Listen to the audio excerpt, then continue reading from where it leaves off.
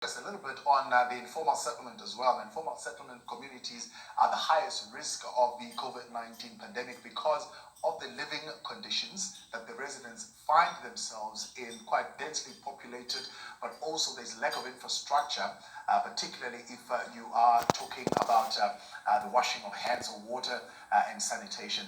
So those are some of the issues that we are going to focus on and looking at those particular hotspots and how government has responded. But first, though, let's speak to Leanne Peterson, joining us on the line. Leanne, good evening. Hi, good evening. From your point of view, what's your take? Do you think we'll get over this August, September when the peak is on the other side? Well, I think we will get over it because then the flu season will be over by then. But I also think that the people need to adjust their lifestyle. We need to adjust our habits because this virus is going to be with us for a very, very long time. But I do think this peak, I do think the highest numbers will be over by then because we have seen a decrease in the Western Cape numbers already. So looking at the Western Cape and some of those hotspots, what do you think has been done effectively, and what is it that people are adhering to that is now resulting in the kind of decline that we're seeing?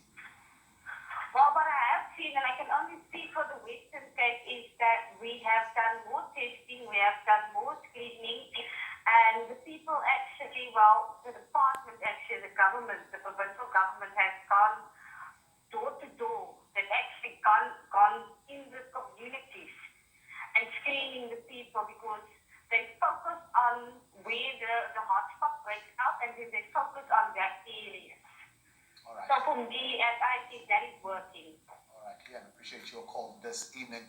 Well, informal settlement communities are at the high risk of the COVID-19 pandemic because of the living conditions force large numbers of people to live at close proximity with each other. Now, calls are growing that this situation needs to be addressed immediately to slow down the exponential spread of COVID-19, particularly in Gauteng, as well as the Eastern Cape and the Western Cape. Joining us now to provide some insight into efforts to mitigate against hotspots in informal settlement is Plan Act spokesperson Mike Makwela.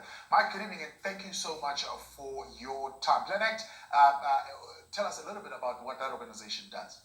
Good evening, and thanks for inviting my organization on this important topic that you have just raised.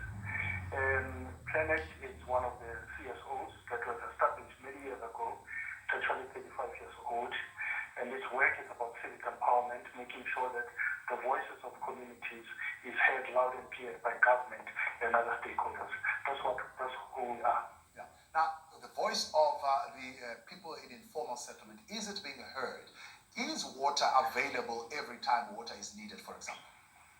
Well, as civil society, immediately when we realized that COVID is going to, it is with us, and the government is going to close down all the activities, we decided to come together, and we decided to form a campaign called Afrika, which means let's protect each other. And this campaign is about making sure that communities in the informal settlements are able to monitor their services, water provision, sanitation, now lately soap and sanitizers, electricity. So that's what we do across the country, the major metros and non-metros. So every second week we gather data, information from informal settlement residents, we analyze it, and then we present the report to government, the different metros and the national government, to say, yes, there are pockets of excellence in other areas, but more still needs to be done. There are still areas where water is not available, people still share communal toilets, 10, 15 families. It's unheard of, and in this age of COVID, you cannot allow that to happen. So that's what we do with the voice, amplifying the voices of informal settlements through Afrika and the campaign. Right. Has government done enough to educate people in informal settlements on how to protect themselves? For example, we know the non-pharmaceutical protocols, but is there a broad understanding, for example, what social distancing really is, what self-isolation is, what quarantine is? Look, government has done the best that it could. So society is also doing the best that it could.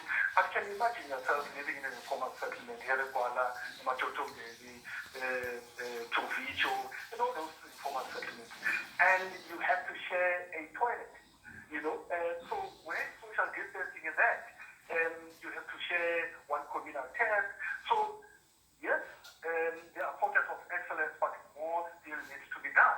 More still needs to be done, and we've seen government rolling out water chains, JoJo chains, installing new taps in some of the informal settlements. Well and good, appreciated, but more still needs to be done. So the road ahead is too long.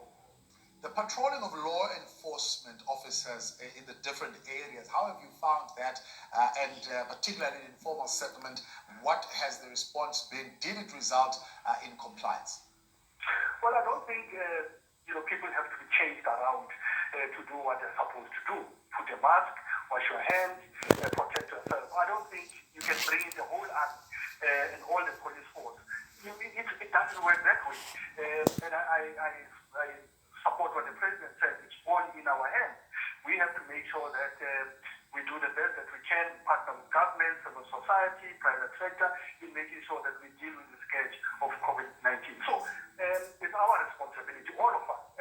Can you imagine if the whole army has to chase people around in the informal settlement? Obviously, it won't look nice. So we have to play our role also as residents in the informal settlement. And some of the disadvantaged areas, in the rural areas, in small towns, and all those places. Yeah. The continuation of the provision of services becomes a real thing, because some informal settlements, particularly when we go and we report there, you see refuse removal not happening, you see just general hygiene practices not being followed. What are the bottlenecks in as far as that kind of provision of service? Well, there are several bottlenecks. Among them is that it does appear that government was not prepared for this outbreak. So it was business as usual until we were faced with this moment of COVID. So all of us are moving around like headless chickens to try and resolve the crisis that we're facing. The budget issue is still a critical thing. It's important that government uses budget that is allocated for provision of water and sanitation and waste removal to the best of its ability. Surely, none of us as taxpayers, myself included, yourself, and all of us as South Africans, want to see the money that has been allocated for service delivery going to the pockets of corrupt officials. Surely, we all want to make sure that the money is going to be used for the purpose that is intended for. And so corruption becomes an issue as a bottleneck, and the bureaucracy of the state, making sure that decisions are not taken very quickly, the turnaround time is a bit slow. So those are the bottlenecks that still needs to be done. But I think for me, what is critical is that civil society and communities play an important role. You see, the issue of monitoring can only be effective if it's community that monitors services. That's the bottom line. Now, most municipalities continue to underspend, right? In fact, fail to spend completely on their conditional grants. We know from the AG's report, out of the 257 or so municipalities, only 21 had a clean audit. Yet, there seemingly is no effort to bolster the financial acumen of these municipalities to better handle those budgets. Well, if 20% of the public sector in the procurement department don't have the required skills, what do you expect? So you do have wrong people in positions in government. So that's a major issue that needs to be looked at.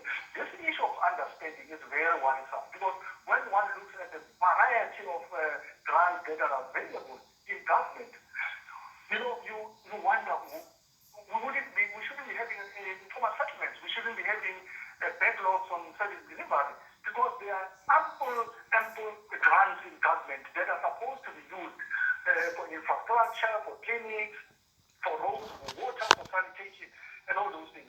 But somehow the state is failing to deliver the services that it should.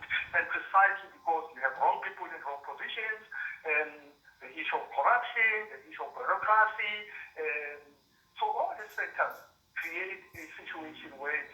desirable for service delivery to happen as it should be. Now, my final question, of course, is our poll question tonight. What's your view? Are we likely going to see a decline in August and September after the peak? Well, we're crossing our fingers. We're doing the best that we can.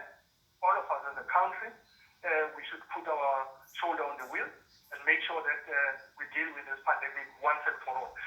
Of course, more still needs to be done. People have to, you walk around and you see people still don't have masks, and it's worrying. So we need to do all that we should and make sure that by the end of this year, at least, there's a prospect that we're beginning to deal with this pandemic. It will be with us for some time, but I'm sure we can live with it. And all of us have to do the best that we can. Makwela, appreciate your time speaking on behalf of Plan Act, civil society organization. Well, this evening we have been asking you that question with hotspots around the country continuing to see a surge